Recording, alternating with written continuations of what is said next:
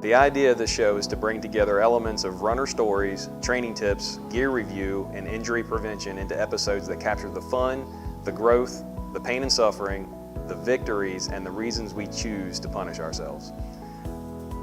Whether you are a newbie or a seasoned marathoner, we all know how much of a challenge running can be, but it also does something magical for our mind, body, and soul. We here at NGBN South Wake TV are excited to present the Runner's Experiment.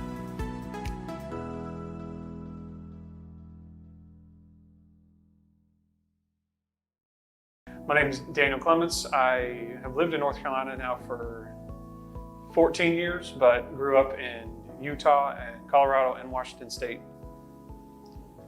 When did you first start running? So running was a part of the Army regime that I had to do day in and day out.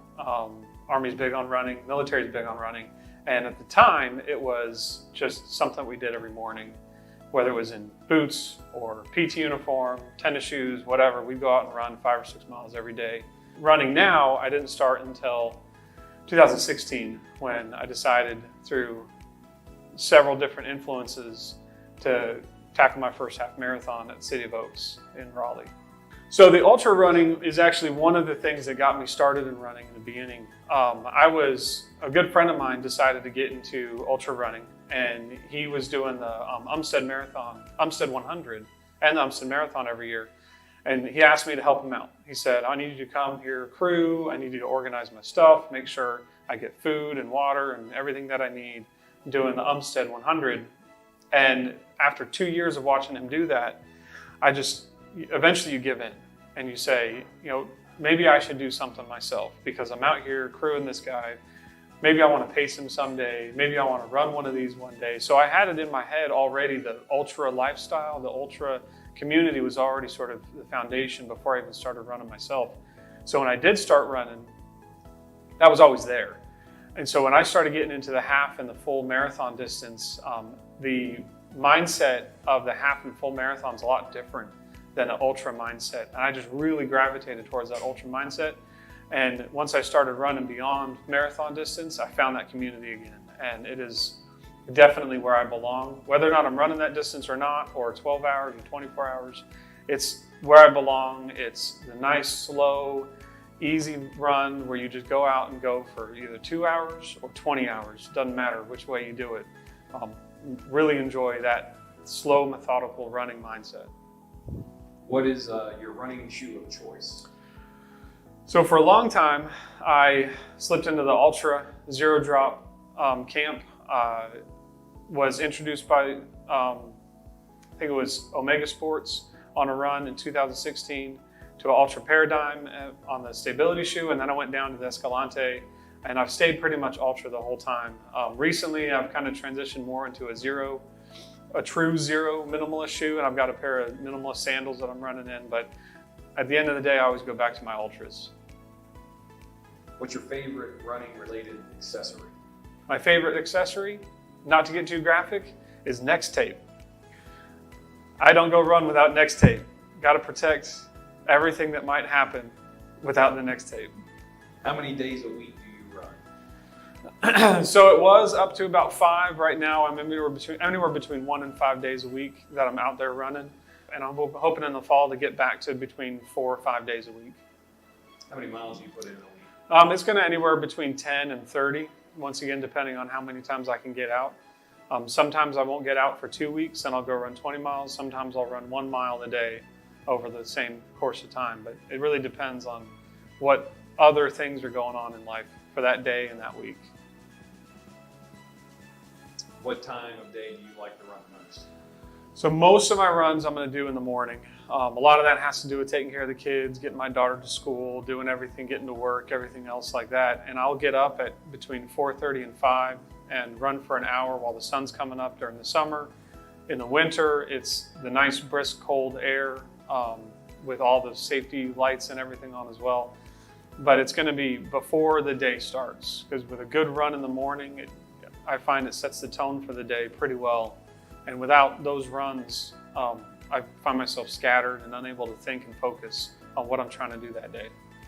What's your favorite type of run? runs? So my favorite, I always go back to the long, slow distance, otherwise known as LSD. I've done a lot of LSD in my time. And coupled with trail, especially on trails, various terrain on the trails, long, slow, just knocking it out in the woods, nobody else around, or with another running buddy. It's freeing in a way that you can only experience by doing it. With that, do you have different shoes that you run on the trail? So I have about 6 pairs of Ultras that I'm actively running through. My wife would say there's 20. It feels like a lot, but I've got an even split between road and trail shoes, and various cushioning thicknesses depending on how long or how I'm feeling that day. But I definitely make sure I wear the trail shoes on the trail. I've made the mistake of wearing road shoes on a trail one time, and I literally skied down the hill the whole way. Didn't fall, but I just skied down and said, nope, can't do that. Not going to do that again. What's been your most frustrating running related injury? So it was sort of self-imposed, but the injury started with the military. We do a lot of rucking, and it created ingrown toenails on both my big toes. So I managed them for years and years and years. And then when the running started, it became an even bigger issue, and they were just bad. And for those that have dealt with ingrown toenails in running, they know exactly what I'm talking about. So I decided to have them removed. So I had the right foot was removed. For other reasons, there was a bone spur, and so I had the toenail removed, and it healed over the course of about 8 weeks. And then a couple years later, I was running races, racking up the mileage, and the left one started giving me a lot of issues as well. So I had that one removed, and they killed the nail bend. So I don't have any big toenails anymore. But the frustrating part about the left one is when it was removed, it took about 10 weeks to heal. And so I was sidelined from running about 30 miles a week to nothing for almost 10 weeks. If you could choose to run any race, which would it be? So there is a marathon in Cordova, Alaska, and part of the waiver is worded in the waiver is the fact that you could encounter grizzly bears. And when I saw that, and it's beautiful, so it's at the Copper River. If you know anything about Copper River salmon, it runs along the Copper River there in Cordova, and it's during the Copper River Salmon Festival. And it's a marathon distance. I have some ultra marathons I really want to do, but that's one that I have really latched onto and said, I'd really like to go up in Alaska and run this marathon someday. I think they only have about 500 seats, 500 slots available for it, so it's a lightly trafficked race during a beautiful time of year in some country that I can only imagine is absolutely stunning. What's your favorite race that you've ever run? So in Hanging Rock State Park, it was supposed to happen this year again. It happened in 2018. It was called the Flying Squirrel. And it was a 14-mile run up and down the 5 peaks in Hanging Rock State Park. I couldn't name them all, but I think it's like Moore's Knob and Hanging Rock, and there's 3 more I don't remember the names of, but it was a blast. It was nothing but up and down, upstairs, down technical trails, and then at the end you had to wade through a mile of the Dan River. And so when we came up to the riverbank, some of us were looking around like, where'd the trail go? Where'd the trail go? And then there was someone standing there that said, oh no, the trail is the river. And we had to literally just walk hip deep up the Dan River back to the finish line. And just really well done, really well supported through the woods at Hanging Rock State Park. And at the end, just a really fantastic finisher's meal and medal. And I was looking forward to it again this year, but he had to postpone till next year. So I'm looking forward to doing it again in August of 21. What's your biggest running accomplishment? It would have been my first ultra. I did what's called the Derby 50K out in Ellerbe, North Carolina, and I'd known that I was capable of doing those distances. I'd run 5-hour marathons, and when I got into that race, I just put my head down, slowed it down even more, and just started going. And at the end, when I finally crossed the finish line, I was shocked. The last 5 miles were the fastest miles of the whole race. And when I finished, it was small fanfare. Here's your medal, here's your mug, here's your dinner, go home. And so I still look back on that race as just one of the best ones that I ever ran. How do you go from 13 to 31?